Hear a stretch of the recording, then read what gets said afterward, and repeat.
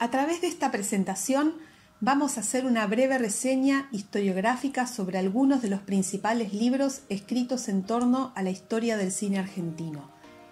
Uno de los textos fundacionales es el de Domingo Di Núbila, publicado en 2 tomos en 1960 y 1961, y abarca desde los inicios del cine hasta fines de la década del 50. No contiene un estilo académico, sino más bien periodístico. Recopila datos cuyas fuentes no son explicitadas al lector. Los libros tienen mucha información e incluso transcripción de diálogos de películas, pero no quedan evidenciadas sus fuentes. En esta publicación se considera al cine previo al advenimiento del sonido como una especie de prehistoria. La argumentación que hace Di Núbila está centrada en el camino hacia la constitución industrial del cine argentino, llegando al año 1933 como aquel en el cual comienza lo que él llama la edad de oro del cine argentino, coincidente con el primer film con sonido incorporado, Tango, de Luis José Moglia Bart. Di Núbila ofrece un apéndice con una lista de estrenos de películas que comienza en 1931, con lo cual las previas experiencias, si bien son tratadas, no aparecen destacadas. El autor marca los films y acontecimientos centrales año por año. Hay una lectura lineal que hace que podamos incluirlo dentro de lo que se ha dado a llamar historiografía clásica.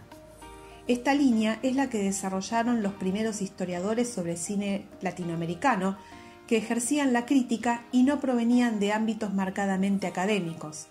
Los años 60 fueron el periodo de eclosión de este tipo de materiales, aunque la práctica de la historia del cine ya tenía existencia con anterioridad, en base a publicaciones periódicas especializadas. En Brasil contamos, dentro de esta línea, con los historiadores Alex Viani y Paulo Emílio Sales Gómez, con sus respectivos textos Introducción al cine brasileño y Panorama del cine brasileño. En México tenemos la figura de Emilio García Riera, con su libro El cine mexicano. Sobre las bases propuestas por estos autores, se fueron elaborando con posterioridad las demás publicaciones sobre historia del cine nacional. Su mayor virtud fue sentar las bases para constituir a la historia del cine como disciplina.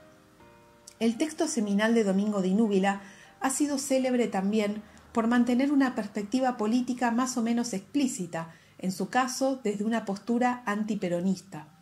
Esto es de destacar porque los años 60 estuvieron altamente politizados y a pesar de que el texto de Di Núbila comprende básicamente datos, sin una apuesta fuerte de análisis, sí tiene connotaciones ideológicas, algo común en la intelectualidad. De hecho, historiadores como Viani, Sales Gómez y García Riera manifestaron una militancia política, afín en su mayoría a postulados de izquierda. A pesar de que el texto de Di Núbila es considerado inicial y que las siguientes historias del cine publicadas tuvieron un ímpetu analítico mayor, sin embargo no deja de ser una base para el futuro, ya que fue él quien acotó términos como ópera tanguera, film cabalgata o realismo social folclórico, que serían retomados por investigadores posteriores. La historia del cine en América Latina tiene sus avances entonces en los años 60, coincidentes con la modernización de los patrones narrativos y estéticos en los cines de todo el mundo. Fueron años en los que se empezó a pensar en la especificidad de los cines nacionales y en donde estos se van a integrar en un frente regional conocido como Nuevo Cine Latinoamericano. También fueron años en los que se tomó en cuenta a la cinematografía como un vehículo para pensar la realidad contemporánea. Hubo posteriormente más autores, como José Agustín Mayeu, con su breve Historia del cine argentino, publicada en 1966, al que puede incluirse en esta misma línea de la historiografía clásica.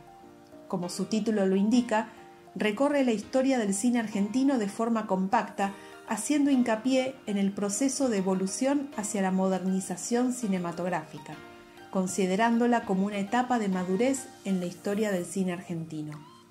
Mayeu había escrito antes su Historia del cortometraje argentino en 1961 y con posterioridad publicó su breve Historia del cine nacional, donde el conteo llegó a 1974. En 1984 apareció Historia del cine argentino, una compilación de artículos del crítico Jorge Miguel Couselo y otros más como Claudio España y Andrés Insaurralde. Aquí hace su aparición la compilación de artículos, algo que será muy común a partir de entonces. Ya no primarán las publicaciones individuales, sino los trabajos en equipo, que favorecerán un trabajo más exhaustivo y abarcativo. En los 90 apareció una compilación reunida por Sergio Wolf bajo el nombre Cine Argentino, la otra historia, que como su nombre lo indica, buscaba hacer una revisión de las ideas ya establecidas.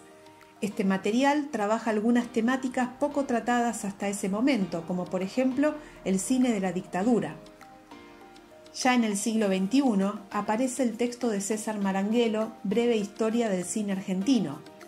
Otro material importante es la publicación de Octavio Getino, Cine argentino entre lo posible y lo deseable, orientada a los factores económicos, industriales y tecnológicos, y contando también con referencias a la contextualización regional, con un anexo de documentos y estadísticas. A destacar están también los libros editados por el Fondo Nacional de las Artes, bajo la dirección de Claudio España, propuestos como una historia del cine argentino con un estilo enciclopédico y académico.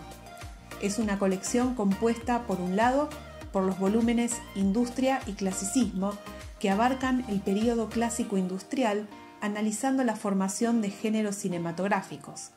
También se lanzaron 2 tomos sobre modernidad y vanguardias, que abarcan desde 1957 hasta 1983, mostrando los cambios sociales y tecnológicos que quebraron la estructura industrial que se había gestado hasta entonces y desarrollaron la modernización a la que se alude en el título. Y finalmente, se publicó el volumen Cine Argentino en Democracia.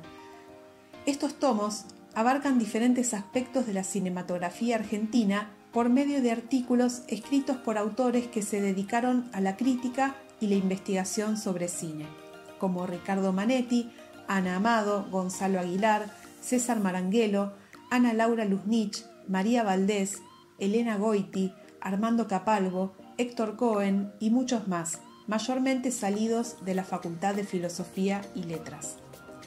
Esto no es un dato menor, porque este periodo muestra una tendencia a desarrollar la disciplina de la historia del cine desde el ámbito universitario. En estos volúmenes se sigue aún una linealidad cronológica, pero hay un análisis más exhaustivo de los films, realizadores y movimientos cinematográficos, aparecen las fuentes de información a través de notas al pie y una propuesta de periodización que está evidenciada en los propios nombres de los volúmenes, en torno a acontecimientos históricos y cambios en las modalidades de narración. También ofrece un amplio repertorio fotográfico que no es de desechar para ilustrar una historia del cine.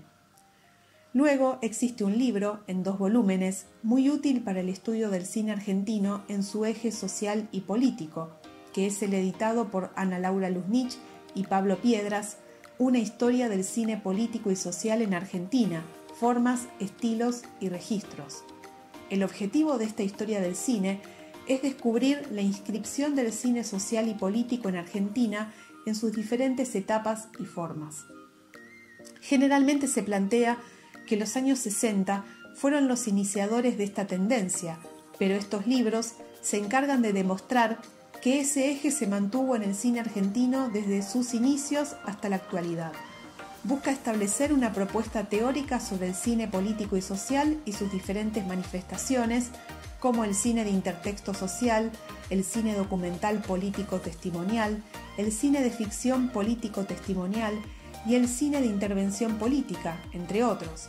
A través de sus artículos, escritos por los editores y un equipo de investigadores provenientes también de la Facultad de Filosofía y Letras, se analizan las particularidades que se fueron gestando a lo largo de la historia, siguiendo también un orden cronológico.